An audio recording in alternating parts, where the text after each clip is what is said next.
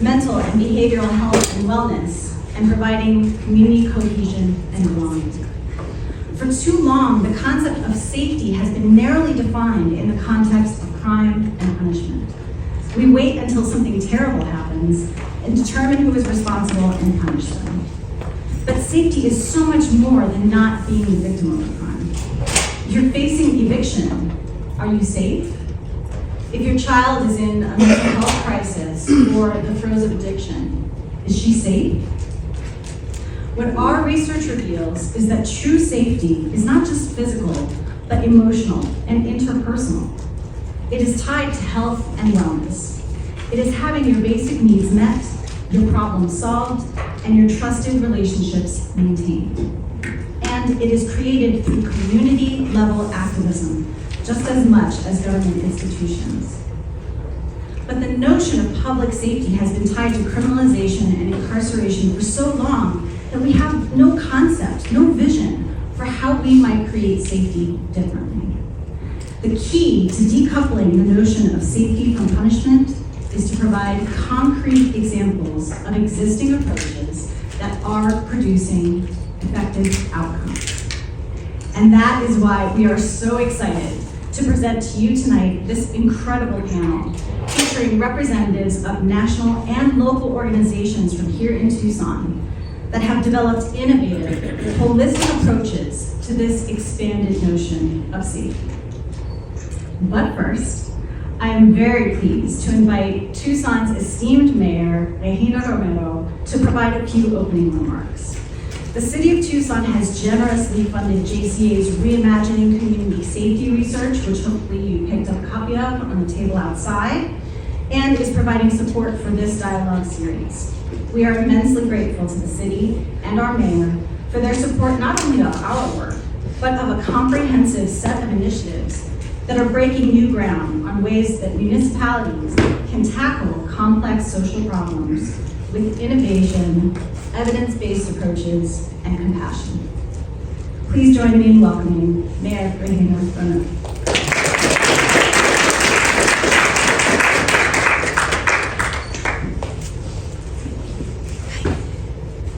Buenas noches.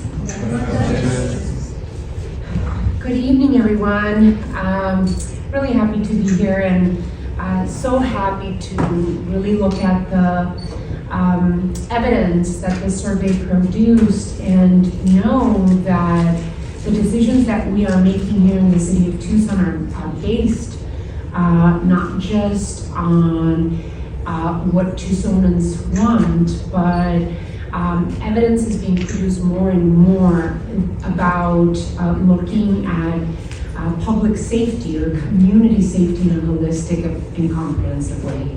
So I'm really happy to be with all of you here today and pleased to welcome everyone to tonight's discussion, the first of 3 in Arizona, correct? Correct. So before I continue, I usually like to ground myself in where we are, in the space that we are occupying and sharing. So I like to take a moment to acknowledge that we are standing on the lands that have been traditionally stewarded by the Tohono O'odham since time immemorial, and the Pascua-Yaqui people who have lived in the Sonora Desert for thousands of years. Tonight, we will be hearing from people and organizations who are involved in the discussion about what safety means to each and every one of us. I'm grateful to each of the panelists for sharing their wisdom with us tonight. Before that, I would like to provide some insight into the journey that has brought us to this point, the reason why we are gathered tonight. In 2020, communities across the country were experiencing grief and turmoil as a result of the aftermath of the tragic murder of George Floyd and the onset of a global pandemic. At the same time, all of us here in Tucson found out about our own in-custody death of Carlos Adrian Ingram Lopez. This galvanized me to act. I felt we needed to approach community safety in a different way. I felt that a police response alone was not the approach, that everyone should be responsible for safety of our community.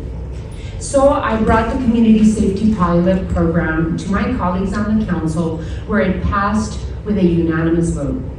Throughout 2020 and 2021, my staff and I collaborated with city staff to research, hold over 10 community conversations, and begin to reimagine the possibilities of how we deliver safety to Tucsonans.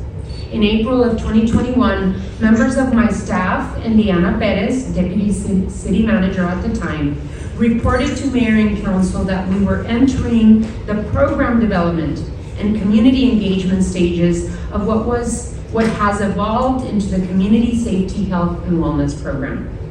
That meant that we were holding town halls coordinated with the council members for each ward, as well as listening sessions with over 37 city staff and local nonprofit organizations. These included Tucson Police Department, Tucson Fire Department, their TC3 program, Pima County, Old Pueblo Community Services, the police editor, and others. At the same time, we contracted with American Friends, now Just Communities, to conduct a reimagined community safety survey throughout Tucson to best understand what safety truly means to you, Tucsonans. The culmination of all of this work resulted in our current Community Safety, Health, and Wellness Program under the leadership of Sarah Lanias that is joining us tonight. The work of Community Safety, Health, and Wellness is about expanding the way we are able to deliver safety to our community and the effort to put the right work in the right hands. For the first time ever in the city of Tucson's history, we have a dedicated team comprised of care coordinators, community enrichment coordinators, a resource manager, and an intern to help us and our residents. Our innovative program is building bridges from Tucson Fire's TC3 program and TPD's mental health support team to ensure that our city improves the outcomes for individuals struggling with mental health, substance use, homelessness, and extreme poverty.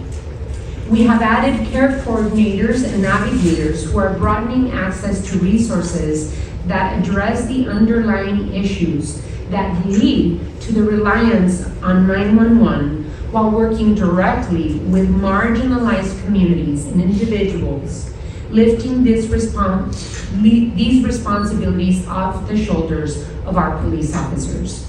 For too long, our police officers have acted not just as safety officers, but also as clinical psychologists, as DV counselors. Too much, for far too long, we have put responsibilities on the shoulders of police officers that don't belong there. With this program, we are building the bridge to connect people to resources. We are offering services in English and Spanish. We are working with private landlords and nonprofits. We are working with Pima County and city-run apartments and shelters. And my colleagues on the council and I have and will continue to expand programs, innovative strategies, and changing the structures that we've used for decades in our city. And we are expanding our definition of safety beyond preventing and responding to crime. This is the response to you, to what Tucsonans have told us you want. And by the way,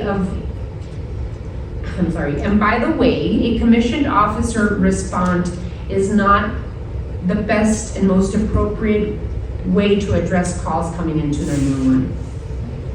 Knowing that, we are transforming 911 by piloting our first 311 line, a program that my office helped create along with our 911 communications team, our chief Casmar, our fire chief, and our community safety, health, and wellness program manager. I've used American Rescue Plan dollars to help create this program, as well as general fund dollars. And since April of 2023, The Community Safety, Health, and Wellness team has responded to over 500 calls diverted from 911. I'm pretty sure it's more now, Sarah. And care coordinators have been able to connect community members that are calling in or that are being diverted from 911 into our 311 pilot program. We are working to expand the ways we deliver safety to our community to include meeting basic human needs, bolstering economic security, addressing mental and behavioral health and wellness, and providing community cohesion and belonging. Building on the lessons learned from the Thrive in the 05 on the Oracle Miracle Mile corridor, we have created a neighborhood reinvestment strategy called Thrive Zones. Each Thrive Zone has unique investment strategies identified by residents to advance quality of life and equitable economic mobility for the current residents and businesses of these Thrive Zones, ensuring their ability to benefit from future investments in the area and build collective community wealth and stability. In addition, we are creating systems to connect individuals with needed community-based services. We are creating affordable housing options, supporting our local businesses, and improving access to healthcare resources. We are planning for investments in neighborhood infrastructure, like investing in parks, pools, roads, bike and pedestrian connections, and adding to the tree canopy, especially in low-income neighborhoods. These are some of the efforts that I have championed along with my council colleagues. I'm proud of these layered investments that center equity and work to repair historic disinvestment.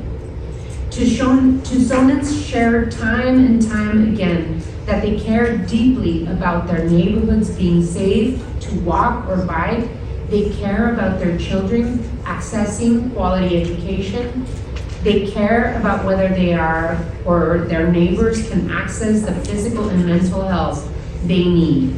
And they want clean and green spaces for themselves and their families.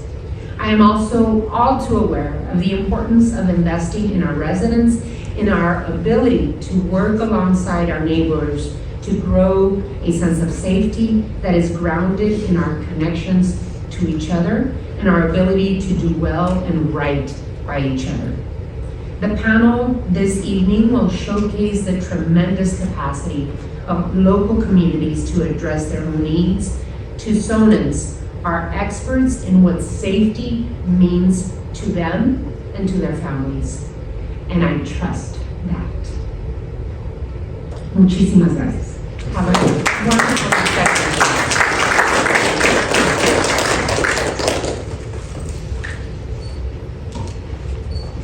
Thank you so much, Mayor Romero, and thanks to all the folks from the City of Tucson and Sarah Lanius from the Department of Community Safety, Health, and Wellness for being with us tonight and for all your support of our work. So just a few housekeeping items before we move into the panel discussion. There are refreshments, if you haven't noticed, so please feel free to help yourselves.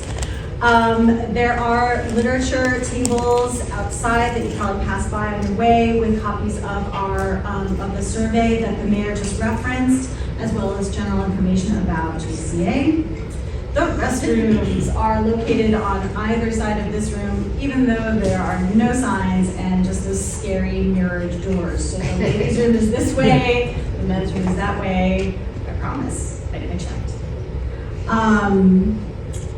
As you may know, each panelist will have 5 minutes to give you a brief overview on how they define safety and how their work serves to manifest this vision in the communities they serve. Then I will pose a few questions to the panelists. We'll bat those around for a little while. And then finally, we will take questions from you, the audience. So you should have note cards. But there are a few that I think I would just love to hear the interplay of all the incredibly diverse work that you are all doing. And it's so inspiring. I'm usually compulsively taking notes, but I've restrained myself. But I think this is just such a rich resource for us in Tucson. So, first question. Traditionally, and as we've spoken about, as the mayor mentioned, the model for public safety, did it go out again?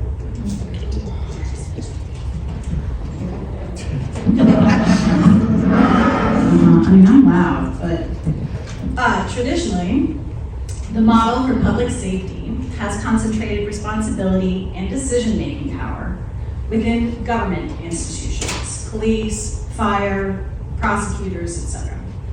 What do you think is the role of community in creating safety? What does that look like in practice?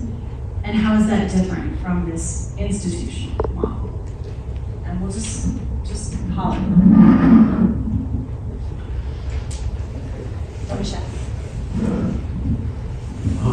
I think, like I was mentioning, right, I think it's a big part of it is like the relationship building, having relationships with community, with neighbors, with families, because that's the only way that anything outside of the system is gonna like foster, right? And I was really like,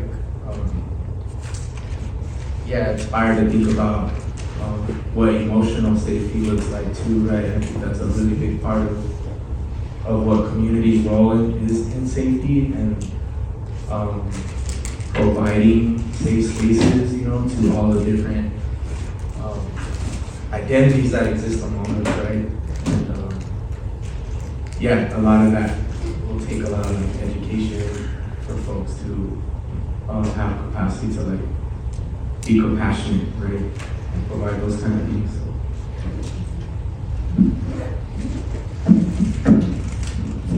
I'm just gonna take this out. So for me, I think what community, like what the role of community, right? So I would say, for me, when we started the kettle corn operation, right, for our clients was first to get them a little bit of money in their pocket, but it was also to get them out in the community, right? Get them out to these events, get to see what Tucson has to offer. And I have this one lady, literally has one tooth from her drug abuse, but she smiles from ear to ear at these events, right? And she sees these families. And I think so for me, being out in community, being around each other, not judging on their past or their appearance, is providing safety for my clients, right? So they're not worried about judgment, they're not worried about getting told no, right? Because when you're selling popcorn, you're in people's faces, right? But the smell helps. So, but we're able to get out there, get our clients to that. Like just this last weekend, we were at the HOWE show, right? So I had like 7 of our clients out there throughout the 3 days. And just, they never knew about the HOWE show. Southern Arizona Home Builders Association show that's at the Tucson Convention Center that you see on your TV, right? When you don't have a TV to watch, it's hard to see those commercials, right? And so I think for me, it's just being your authentic selves out in the community and not judging. I think that's a huge role that community has to play, is to be welcoming, right? Because in my field, if you're coming out of incarceration, you technically served your time, right? So you got a release date. So now we're community members. How do we get involved in community? Right. So by the farmers markets and all these events, they've been huge and welcoming to our population. Oftentimes they don't even charge us event fees, which can be up to a couple $100 sometimes. So they're welcoming us. I think Tucson's great on welcoming this population that I serve. So that's the community. That's one role the community can play in safety for us. So, just trying to think of a way to exemplify this. One of the responsibilities I have is I have to pay a lot of attention to the media and narratives around public safety and what people are talking about. And an item that I did an unusual deep dive on a couple of years ago was about a lot of local governments were examining the conduct, and it was very targeted, let me be very clear, at Black youth. But the conduct of Black youth, assembling in gangs, in groups, right? That why are Black kids littering, right? Why do we see reports on TV of groups of young Black and brown children looting? There's a lot of language there that we could spend a lot of time talking about. But I was curious about the topic as it relates to safety, because it's helping define and dictate what state legislators talk about. I read a very interesting psychological study in the course of doing that work, which said people who litter are more likely to litter because they don't believe that they're part of the community. They literally don't believe that it is a place for them. They don't feel attached to it. They don't feel they're from there. They don't feel responsible for it. They don't feel affinity for it. As a person who diligently uses a trash can, I have always struggled when I've seen people discard waste without a second thought. But ever since I read that psychological study in evaluation, it really opened my mind to how are people not just connected to their community, how are they excluded from their community? And I think I use that simple example because some of the other examples I could use are a little heavier and were only in the first question. But I raise it because it's really important to understand when we talk about, the question was, what is the role of community when the responsibility is concentrated in the government? People who aren't part of the government don't feel included in the community. When the decisions are made by a group of people who don't have shared life experiences, who haven't endured racism, who haven't overcome poverty, who haven't lived through injustice, then the government is making decisions that are defined by a set of experiences that are very limited. And they don't reflect the existence and the experience of most people. And so what we perhaps unwittingly, unintentionally do as government leaders is we continue to exacerbate, we continue to prolong, and we renew in different forms the very same mistakes that we've made for a very long time. And what happens is you actually don't have community. So what is the role of community? It has to be in the government, right? So it's not just like, what does it do to interface with it, right? There's that too, we've heard some of those answers, but community actually has to be represented in government. And that means changing the way we actually make our government. That's a very hard thing for some people to swallow, but our government isn't representative of the community. And that is why the community doesn't feel part of what we do. And that is why we have cycles of crime. That is why we have us's and them's. And that is why we see people at a national level othering sections of our community, the queer community, the formerly incarcerated community, the Latino community. This is because people aren't represented in their government, and the government isn't a reflection of the community. So what is the role of the community? It is it is our common responsibility, especially as for the majority of us in this room are white, okay, have that privilege of not being underrepresented in government. So the government's actions reflect our community experience. They do not reflect the community experience of many of the people I share this panel with. We have an obligation to make space in government if we want government and a community to work together.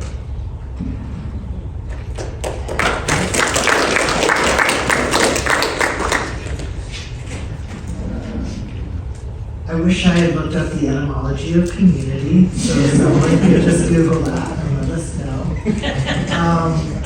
Also, I'm serious. And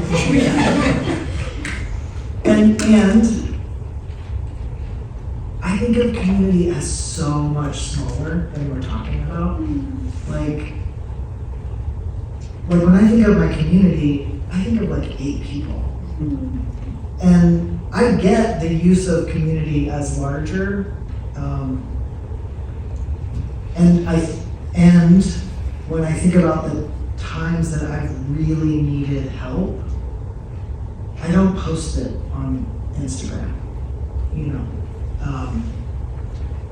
Like my asks are pretty specific because of the vulnerability of that, and so there's a way that I think community and vulnerability are intertwined, like for us to understand who is our community.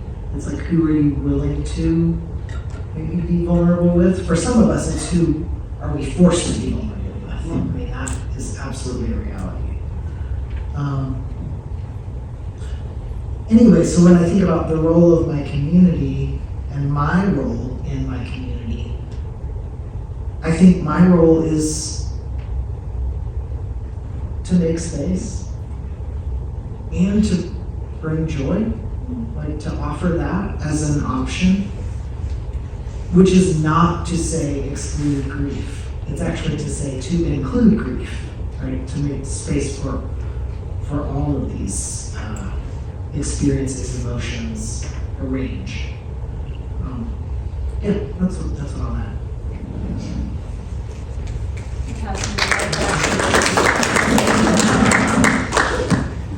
Really tired of that scraping sound by the end of this. Thank you all so much. We would like to give you one of our mics because it felt inequitable to have two when you have three. See, we're doing it right now. See how that We're doing it. works. In real life. Thank you. Great. Okay, second question. This is so fun. How important is it for directly impacted people to be leading these efforts and organizations? Why and how does that personal experience make a difference in how programs function and the outcomes they produce for people?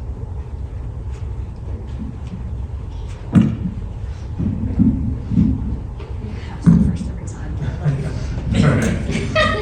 Good to know. Yeah, I mean, I think like exactly what was been said too, right? About like people in power, or people that are making any type of decision, like for it to reflect who they're affecting.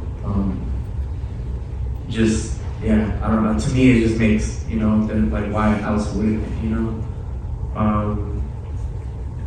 especially if you are going to be affecting a population of people with certain experiences.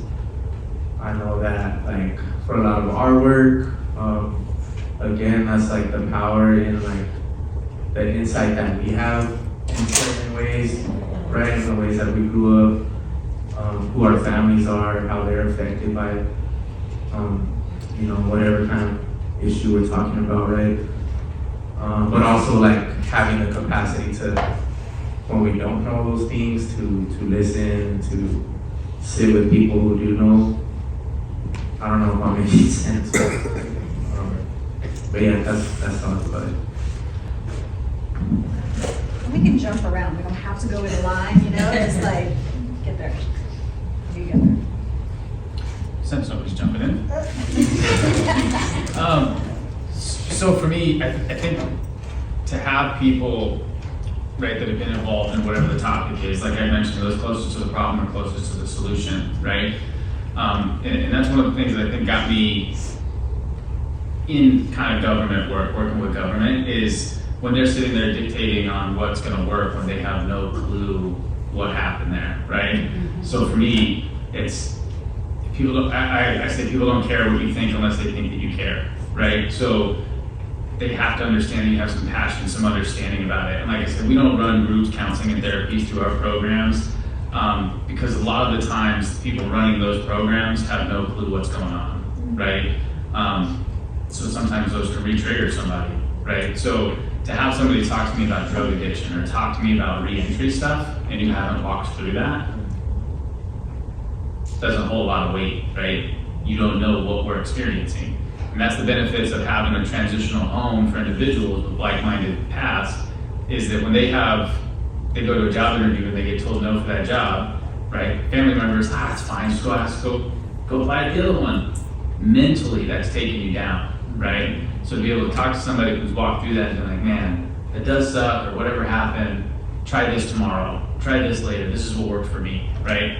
That's gonna mean a lot more than try again, right? So for me to have people that have walked through any situation that you're going through, you want to be able to relate, right? It's gonna put you at ease, that's gonna provide that safe space. So again, for me, people closest to the problem are gonna be closest to that solution. So that's my piece on it. Victor and I, we've been talking a lot about the this. So Boss, we just founded Boss 9 months ago. It's very new. It's a baby. We're a Boss baby. And we have really big dreams, and sort of mission statement of the whole thing, right? And we can see the big space between the dream and the vision and what we're doing on a day-to-day basis. So at this point, we've worked with 200 volunteers. We've raised the frame of a house. And to us, we're like, but we don't have anybody who is now in carpentry school, or we're not able to pay anyone yet. I mean, we see these big gaps. But we've been talking and noticing too how in these volunteer meetings or gatherings, events, we'll hear back from people later and they're like, oh, I'm totally working on this table now. Or I'm tinkering with my car, which you should not do because you've been to a building event, but that's not the point. That's right, the quite transferable anyway. But we're hearing from queer, trans, and femme of center folks who are picking up tools, who are literally picking up tools and saying, I think I can do this. I'm interested in doing this. I'm excited that I'm seeing myself show up this way. And seeing myself make progress and learn. And there's a way that I don't take any credit for that personally, other than being a trans person who is visibly doing it. That's it. And I think, so I get annoyed sometimes with like sort of representation expectations.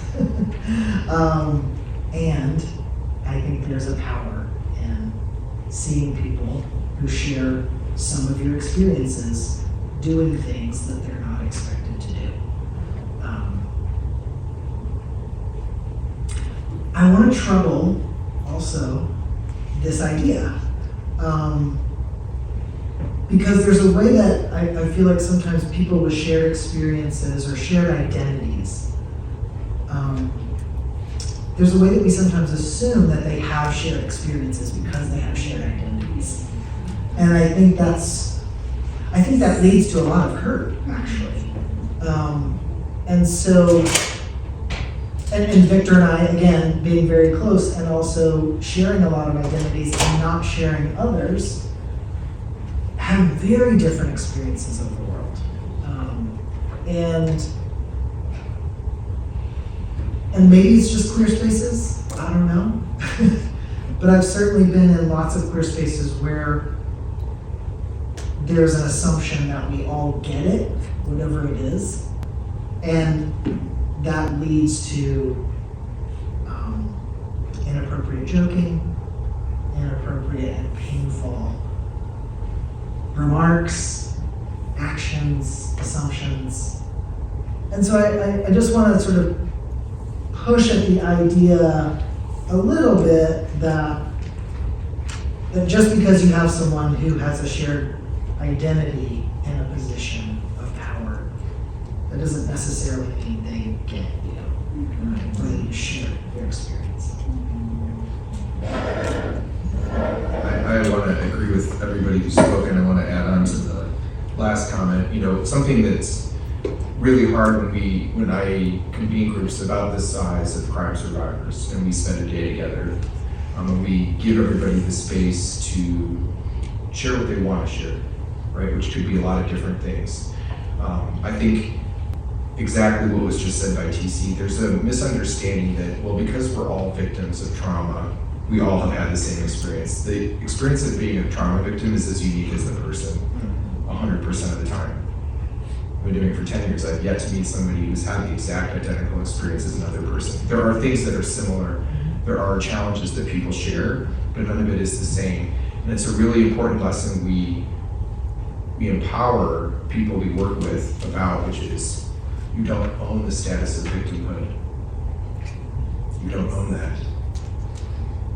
You are a person who shares in a common experience, but you don't own that. And it's really important for people to not talk with an authority that reflects or represents everybody. And that can be all the identities that we have identified here, right? That those are all different. There's so many levels and layers to who we are and how society works that we can't really transpose that in some form of a cookie cutter onto everybody because we put a label on them. You're a survivor, you're queer or trans, you're formerly incarcerated. That does not mean your experience is the same. Most people meet me, right? They don't know that I'm a formerly homeless person. That's true. But my experience being a formerly homeless person is not the same as a black woman who might be homeless on the streets of Tucson tonight. In fact, I guarantee you it is vastly different than my experience would have been. And it's really, really important. The thing I would add to this discussion is a lot of my work, even though I'm a policy director, a lot of my work is in messaging. How do we communicate effectively so that policy is effective? And so the question was, how important is it for the directly impacted people in the communities we represent to lead in the work? I would just share this little tidbit, which is, I had a really good lecture once where the first slide was about pedestrian deaths. It had a big map of Atlanta, and on it were all these gray dots all over the map. It was overwhelming to look at. And it was like, this is the total number of people who died in Atlanta walking on the street, you know, hit by a car in a crosswalk, whatever. And on the top of the slide, it had the total number of people at the years that it was representing. And then it said something like, this is an X% increase, blah, blah, blah, blah. There were 5 slides that followed it. And the 5th slide was an actual video in the slide. And it was a story of a woman who lived in the middle of a very big road. And it was a half mile in each direction to a crosswalk, but the bus let her off in the middle of this road. And she would take her kid across 8 lanes of traffic because her apartment building was on the other side. And it was another 20 minutes to go all the way to a crosswalk in either direction. And one day she wasn't holding her son's hand. And he ran out from the median. And she ran to grab him. They both got hit by a car. And he died. And she was charged with vehicular manslaughter for her own son's death for failing to use a crosswalk. We heard this story. And then we were shown the first slide again, and all the numbers were blank. We were asked to fill in the blanks. Nobody could do it. When we talk about how we communicate with people, why it's so important for people with lived experience to lead, right? I can sit here and tell you all the statistics that our national report would tell you about what victims want. It's very different if the mother who spent time in prison for vehicular manslaughter, not even being in a car, for the death of her own child, just trying to go home from work and school, was to sit here and tell you her experience and why she thought the law was unfair. Everybody remembered her story. Nobody remembered the data. That is literally what happens every time people go and do advocacy at the city council meeting or the state legislature. People don't retain that. So why does it matter? Because if you don't have that lived experience and the ability to tell the story, you aren't getting through.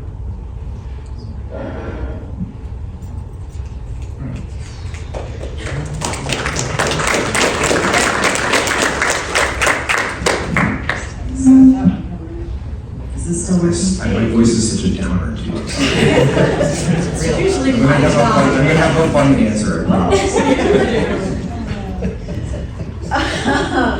So I think we've got time for 1, maybe 2 more before we start the audience questions. So if you haven't thought of your question yet, be thinking about that. Go ahead and jot them down. But I'll just ask this one, I think. So the pandemic, as has been mentioned here already tonight, brought into stark focus the harm of social isolation. And there's increasing body research on how isolation impacts substance misuse, mental health, other factors. One common thread among the work of all of our panelists is the process of building or repairing relationships and creating community that way. So how do you think relationships and belonging, and we've touched on this too, feeling whether you're part of a place or excluded from a place or a community or a group of people, how those relationships and the sense of belonging contributes to safety on individual levels, so that interpersonal safety, that emotional safety, as well as that of the community. That was a lot. You got it. Heads are nodding. Take time. Anybody want to go first? Come on, y'all. Don't make Jake first every time. Will you repeat the last part? I got, how does a sense of belonging? Oh, yes.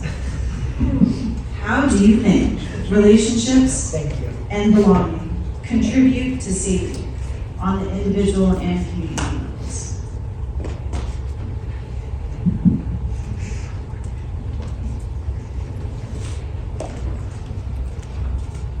We didn't bring notepads. Sorry. Our table did it. Gold star. That's why Do you I want need my that spec answer notes? I was just kidding. Got it all up here. Exactly. Well, I don't have any numbers for this, but what I experience in the workshop and at a build site is that the folks who are feeling the most connected, so we know their names, they know our names, we've joked around, whatever it is, feel or seem most apt or likely to say, I don't get it. Right?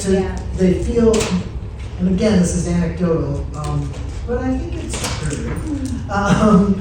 And I know it's true for myself. If I trust the people I'm with, I'm willing to say, I need help. And on a build site, that is, it's truly sometimes life and death, right? I mean, I've seen beams fall where it's like, had anyone been under that, we'd be having a very different conversation. So, to me, the relationship is crucial to safety. That's awesome. I'll just say that when we bring victims or crime survivors together, everybody processes their trauma differently, but what we find is that one of the universal truths is that when people have other people to relate to and to talk intimately about how they feel in a space free of judgment and a place of mutual understanding, they're more likely to accomplish what they had gone into counseling or therapy for as their stated goals. So not everybody's path is the same, but I will just observe in 10 years of working with survivors that people, when they have community with one another, they tend to achieve better mental health and social welfare outcomes. So how do relationships contribute to safety? I think that improves safety because, again, hurt people without care hurt people.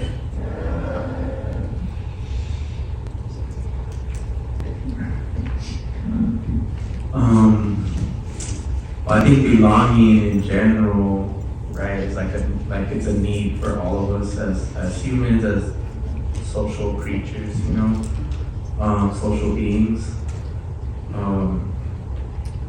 And it's like so easy not to have access to that in this day and age, right? Like we're so connected but disconnected at the same time, like through the way that we socialize now and with social media and technology and all that. So to be able to like have access or feel like accepted into like belonging in a space is super crucial. And I know that like for the work that FMB does with the farm, because it isn't like we're not trying to turn everybody into farmers, right? Like that's a passion that we're using to engage our community. But if that work brings you to the farm and, you know, creates a space that, you know, folks can go and take a walk and to meet other people, to see greenery, to see flowers, to see plants and animals, right? Like that itself can create like that belonging, and I think that is like key to, again, like building safety. And ultimately, right, like even when we do mess up, when mistakes do happen, when we we do have to address things, you know, that are hard to confront.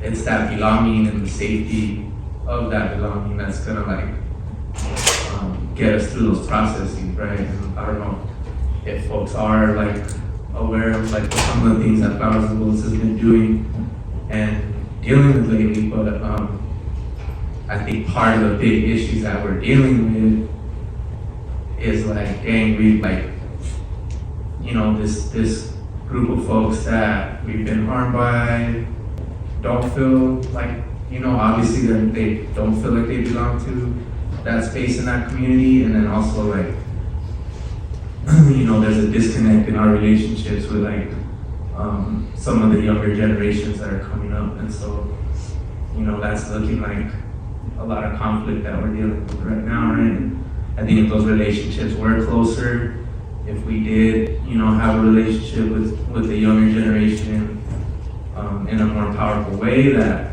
you know, there'd be a lot more safety involved in some of these situations that are taking place at the farm that we're navigating.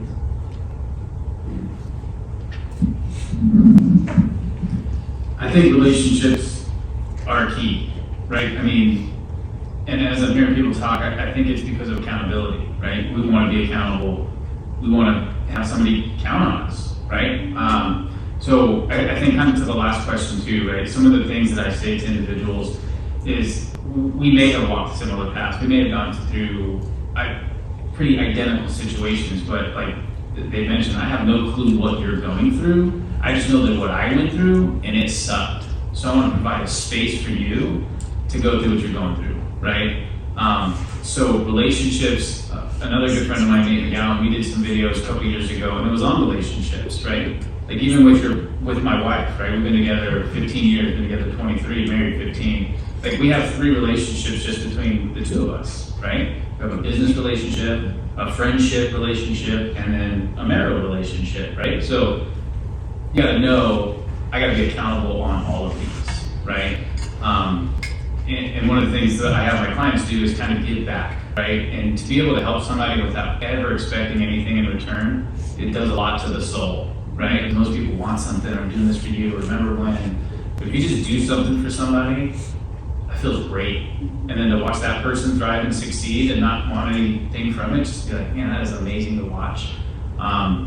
So relationships are very, very valuable on any level, whether it's even just walking down the street and you start seeing that same person after a few weeks, right? You don't even have to say anything, you just have comfort in that. I see accountability in that person. For me at the gym, I want to see these people at the gym. I want to go, you know what I mean? Don't ever talk to them, but I'm holding accountable. I'm being accountable. And I see the glasses guy, you bring a fruit guy. Like, you know what I mean? I don't know your name, but we have a little relationship, you know? So I think those are key, and it's that accountability piece for me. Thank you, glasses guy. I'm just gonna add, because I can, I'm a moderator and I have my phone, that in the research that we've done, this really is a theme that continually comes up, that people want to know their neighbors, right? And they don't, we generally don't. And the way that contributes to feelings of unsafeness is profound, right? It goes from, who is that guy, right? And immediately our minds go, are they doing something sketchy? Why are they there?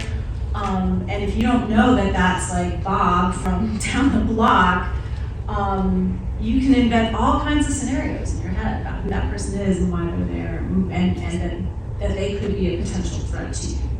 But when you actually come out from behind your door, you meet the folks that live in the neighborhood, suddenly your community, your feelings of safety become multiplied.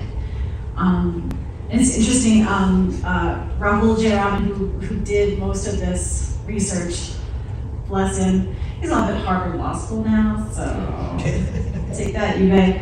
But his family's from India, and he talked about how, in the village that he's from, your home extends 3 miles from your house. right? That there are all these people who are taking care of his grandma, and he does not have to think about that. And, you know, it really, and obviously I've been thinking about this a lot, but in thinking about this concept of safety, in this country, we tend to have this orientation of safety from other people. That safety is, we must be kept safe from these individuals who potentially can harm us. Whereas in a lot of the world, it's safety with. And in our humanness, it has always been safety with. That we are what keeps us safe. And it's those relationships, that trust, that accountability that does that. Okay, no, thank you.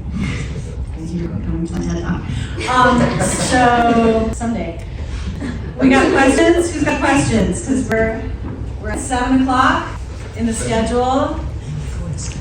Vika here, Jason can take your questions. Deanna's gonna look them over.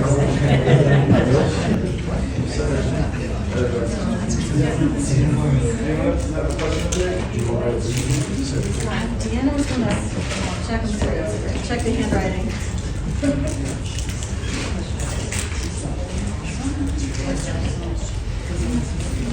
Thank you for having questions, people. It's great. Well, that's a long one. All right.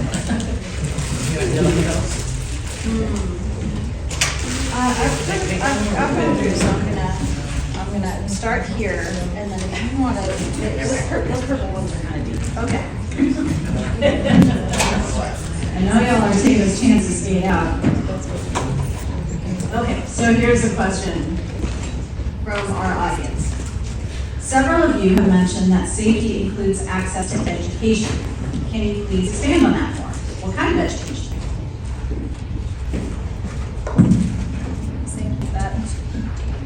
So for me, educating goes both ways for my population, right?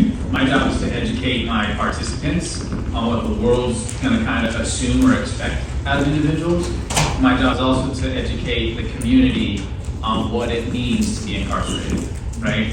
There's over 70 million individuals with a criminal background right now.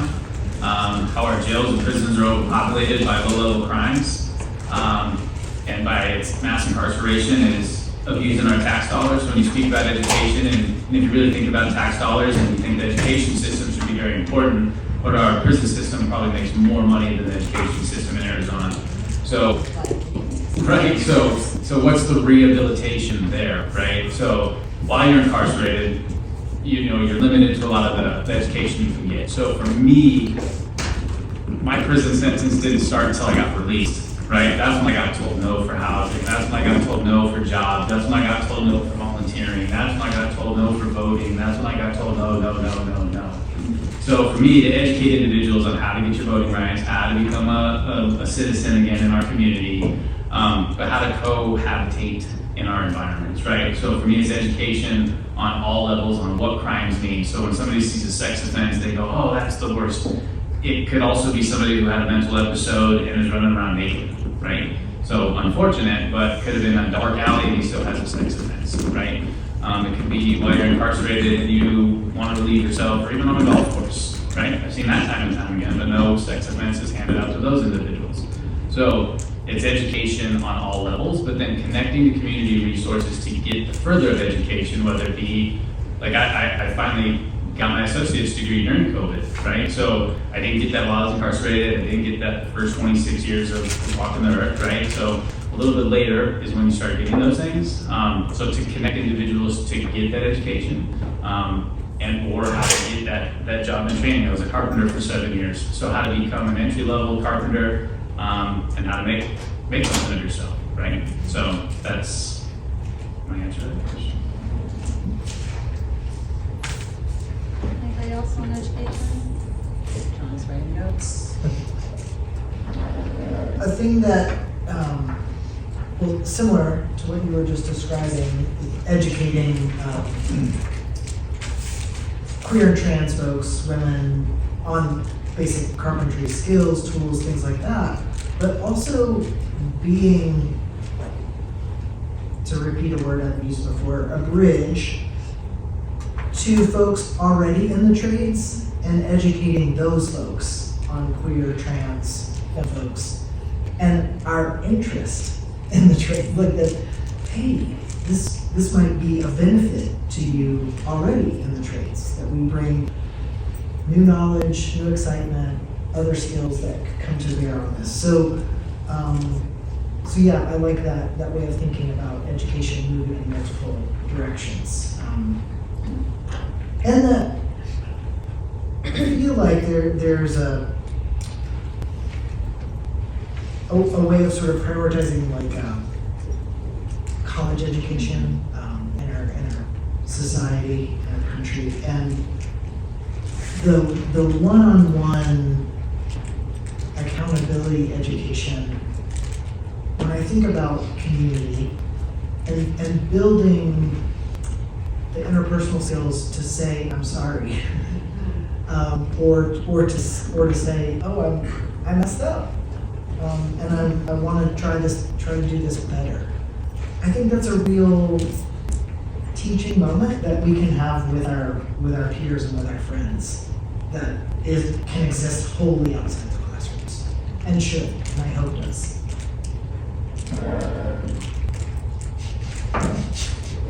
Moderators? Yeah. We got a couple more.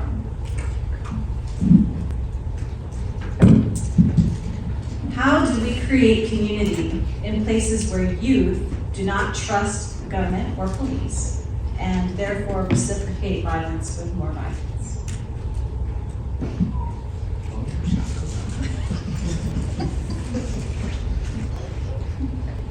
I'm gonna keep jumping. Do it. So my criminal career started at age 9, right? I was on probation until I was 11, and then I got rearrested at 15, 17, and then 18. I was in 68 years. So I get that. For us, there's an organization in town called Boys to Men. They push male masculinity, what that looks like, right? But they put men in the lives of these young adults, and it's just an amazing program to have that male figure, just kind of be that role model and that person there for them. So that's one organization.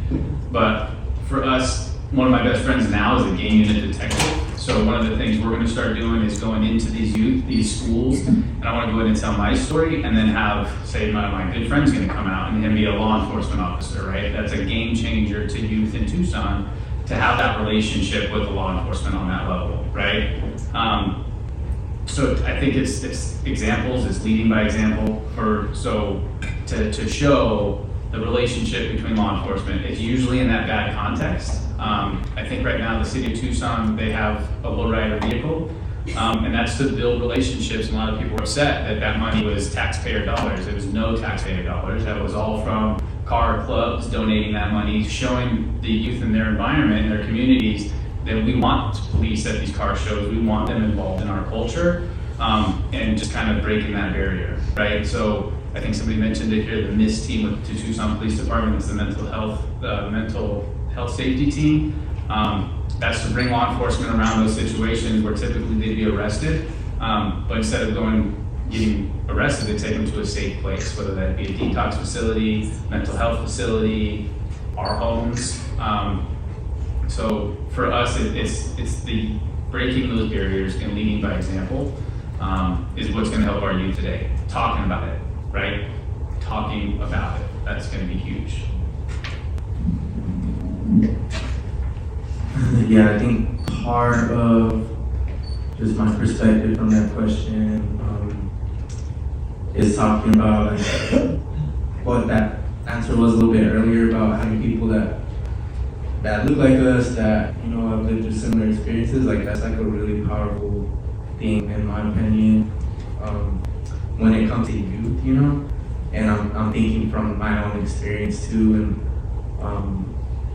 I have the fortunate opportunity that I've been able to be mentored by really awesome people throughout my younger years, and I'm able to work with them, today too with some of the work that I'm doing, which is also involved with masculinity work for young men. But to kind of see those guys who maybe were ex-gang members and have a certain perception of them doing that kind of work, and seeing somebody from that background like have compassion, you know, I think is like a huge, powerful, just like aspect to showing like young people that,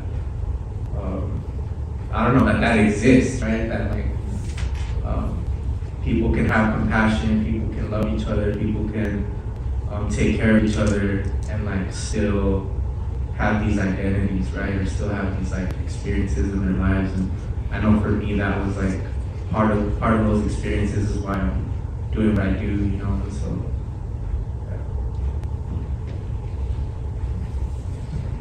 You guys want to jump in that one? Can I say something just really quickly about just working with youth?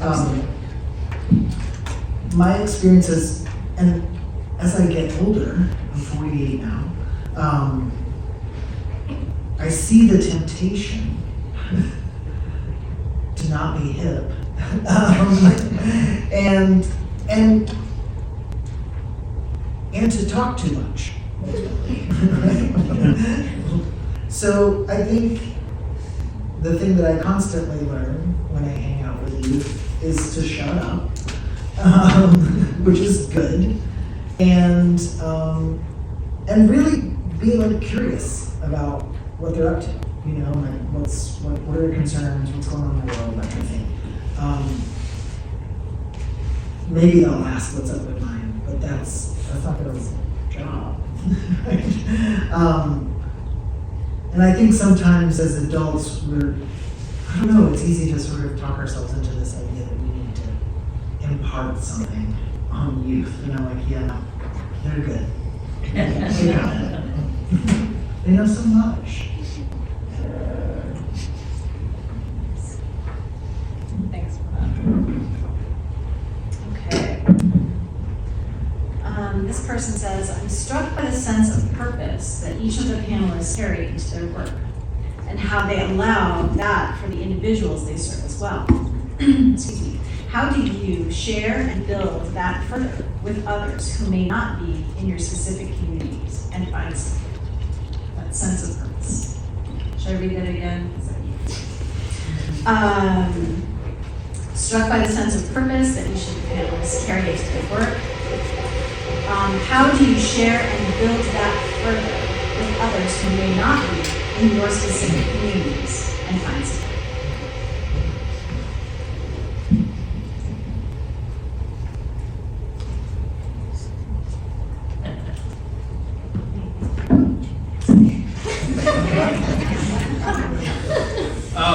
I mean, that's a tough one, right? Because I've been doing this a little over a decade now, doing the re-entry work because of passion stuff. But the last 7 years of my own home, running my own business, running my own organizations, it's definitely been hard to get people on board with what I'm doing. You know, but at the end of the day, that saying, stay in your lane, holds true to me, right? Because there's, in this field of re-entry, it's always changing. It's always going to ebb and flow. You're going to have some people on board with it, people that are not on board with it.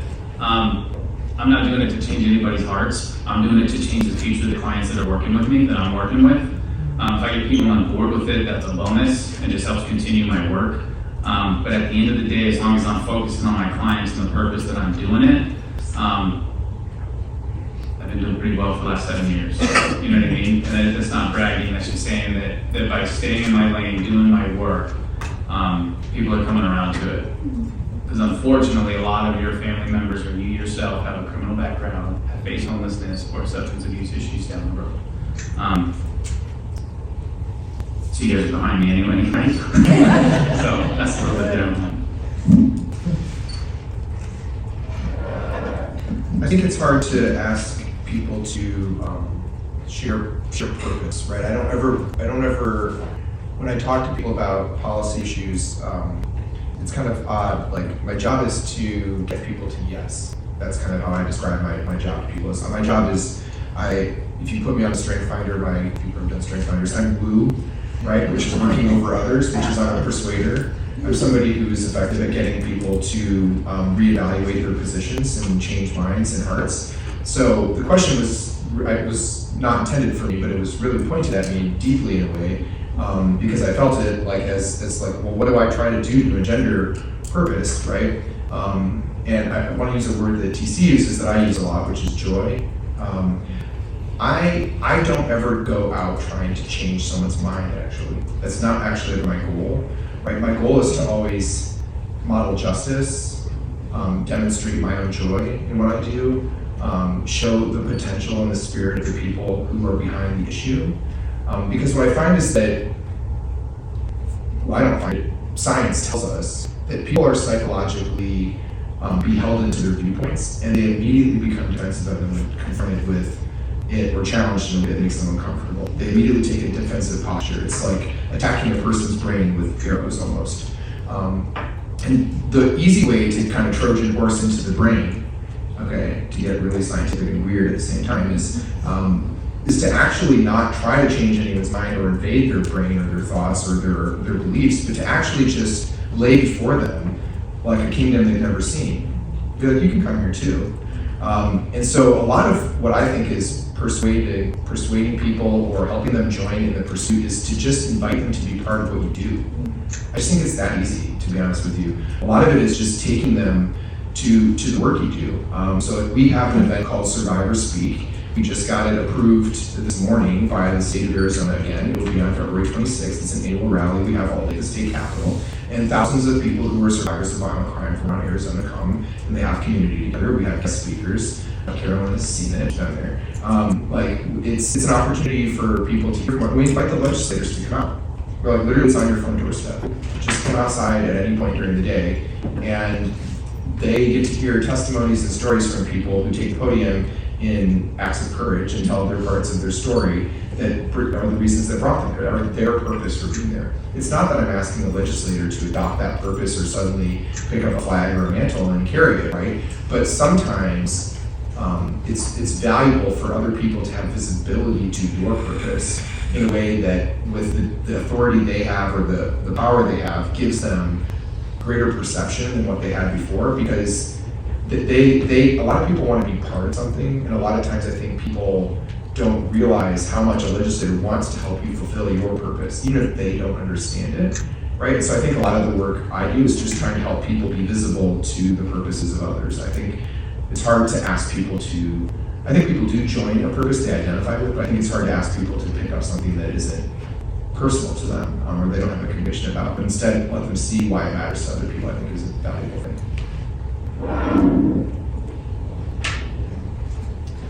I love that invitation.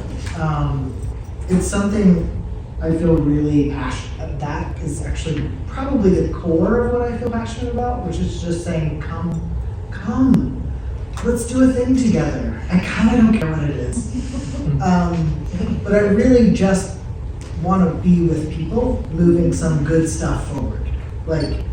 And right now it's carpentry. Awesome.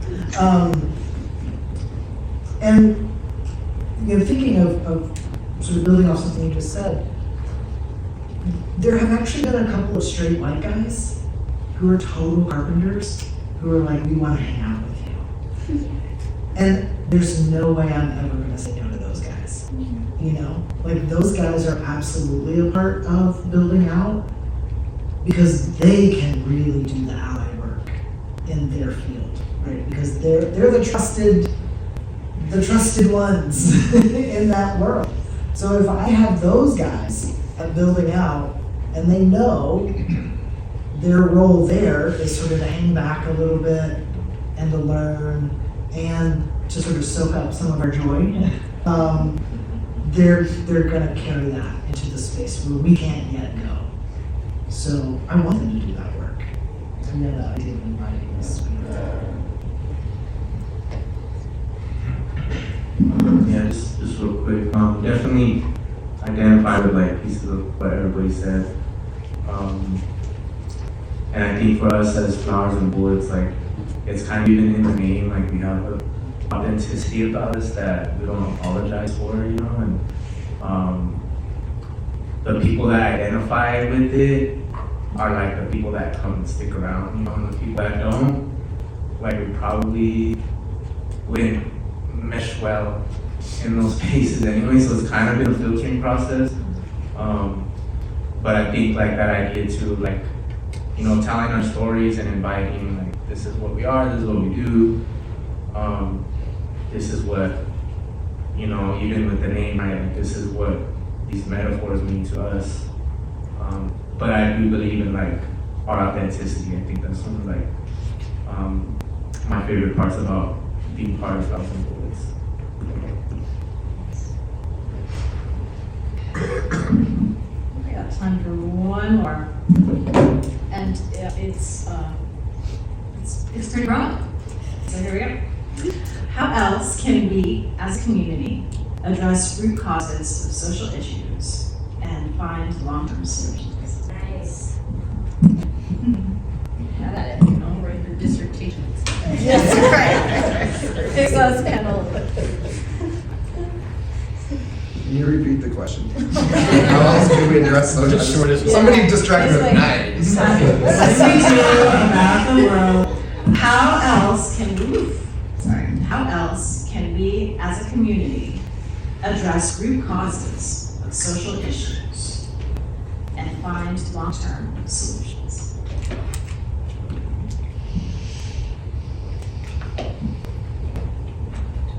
I don't think there's any other way. I think we figured it out.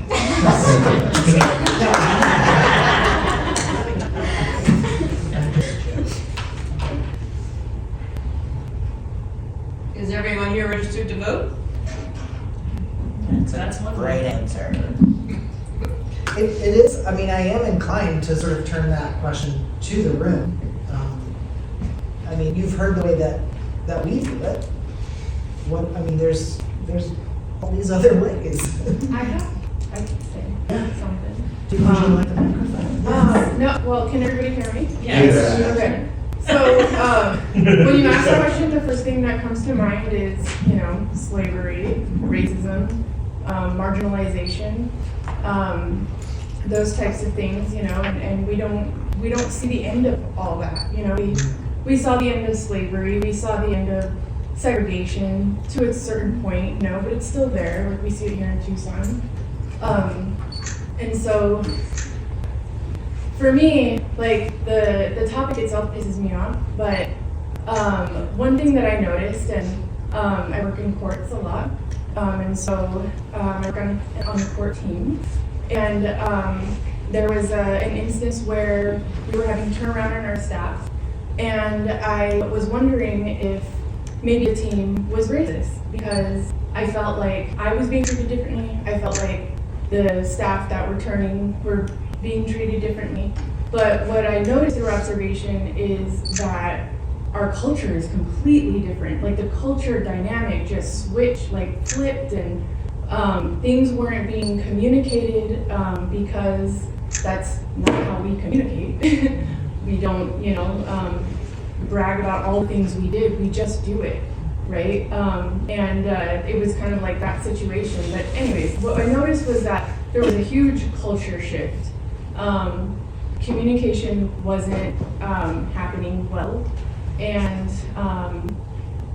we were able to address it, but I think the right thing to do was, you know, not go in there and say, I think you guys are all racist. Because I think that a lot of people, even, you know, myself, because I'm different from others, right? I don't have the same experiences as other people from different cultures or a different race or ethnicity.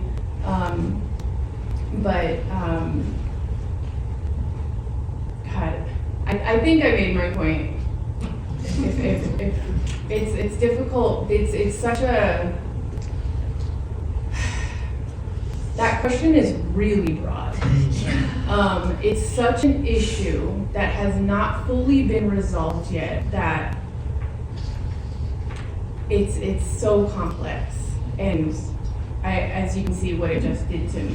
You know? Sorry. I want to say something too, if you don't mind. Yeah. A lot of what I hear you all doing is defund, divest, but you won't use the language.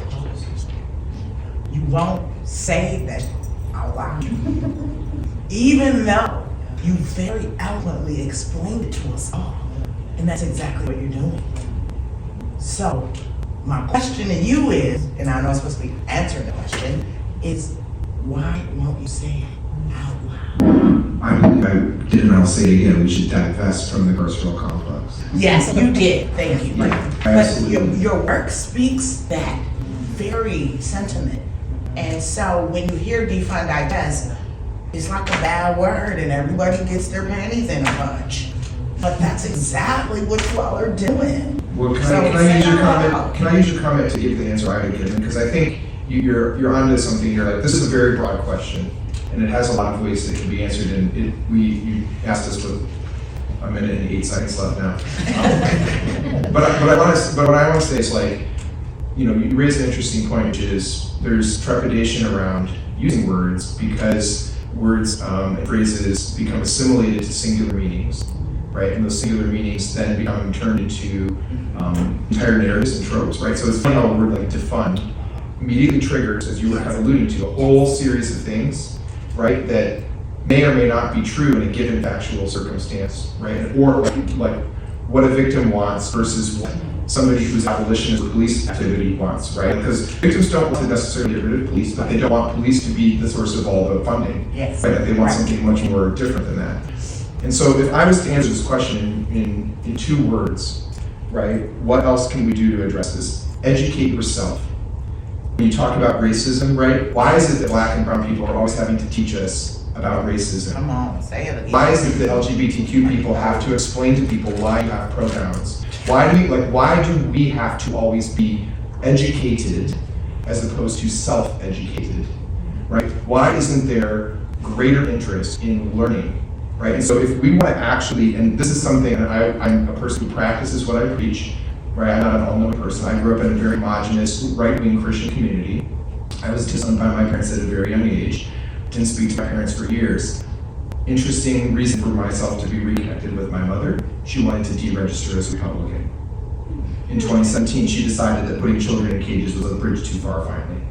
Right? After she voted for Donald Trump. Not political, I don't know what your leanings are. Mine are not those, okay? But it was an interesting opportunity for us to have that conversation. And she just started asking questions of me, like, you know, because she knows what I do for a living. Like, why is this happening, blah, blah, blah, and I didn't expect this, whatever. And I just said, here's 3 books you should read.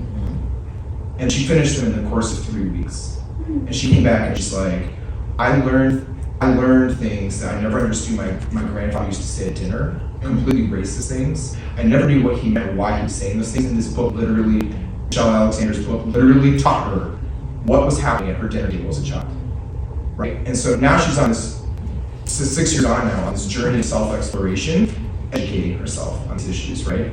And I just really think that you can't be all-knowing. We don't have time to practically learn all of the things that make us as diverse and unique as we all are in the world, right? But if you really want to attack the root causes, one of the biggest reasons that we have this problem is we need to all be accountable to the fact that we're ignorant of each other. Yes. And if we really want to change that and be partners and not be fragmented as a community, we have to educate ourselves.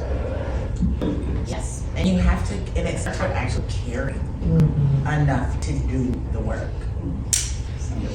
Yeah, that's what I would add to that, is just to practice putting your love into action.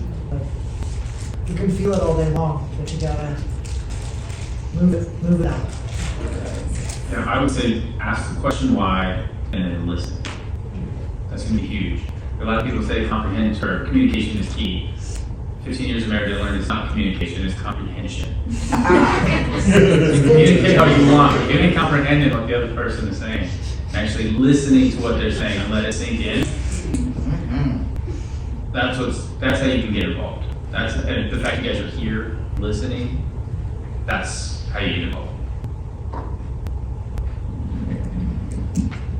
I just want to add to that we can't do it all, right? Like, so, you know, sitting here with 3 other brilliant people, and our work definitely like crosses over and complements each other, but we're all doing different stuff, right? So, kind of just like, I don't know, calm down a bit and like, you know, that, you know, there is gonna be parts of that struggle that are going to take voting, right? But then there's going to be parts of that struggle that is on the opposite spectrum, right? So kind of just having space for like that fluidity of the work, and yeah. Real quick before we're done, you mentioned the defund, right? Defunding is great. I can go out there and say you shouldn't do this and you shouldn't do that, and this money should go here and that money should go there. But ultimately, I can't change those things. What I can change is the lives of the clients that come through my door, right? So I can say go defund, but what my passion and my goal now is just to draw attention to it, whether I get funding or not. The issue is doing what the issue is doing, right? What we've done, and Caroline's team's helping us do, is put a survey together on the results of what the secret sauce of the Ernest House is. And the purpose of that is to give it to other organizations as an open book, because it's not competition to what I'm doing, it's an addition to what I'm doing. So there can't be enough of what I do, and there can't be enough of what he does, and he does, and he does, and she does, and y'all do. So can't get enough of it.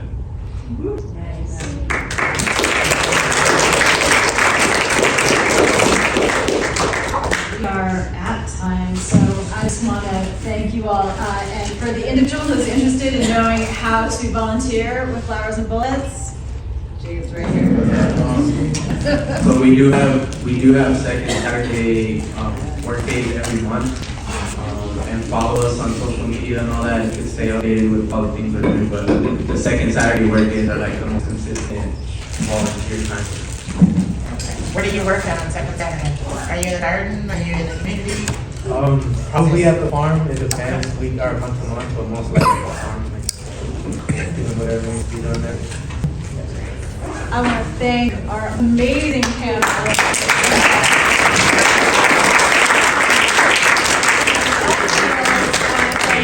Mayor Romero and her team in the city of Tucson for their support. And can my team just stand up and take a bow here?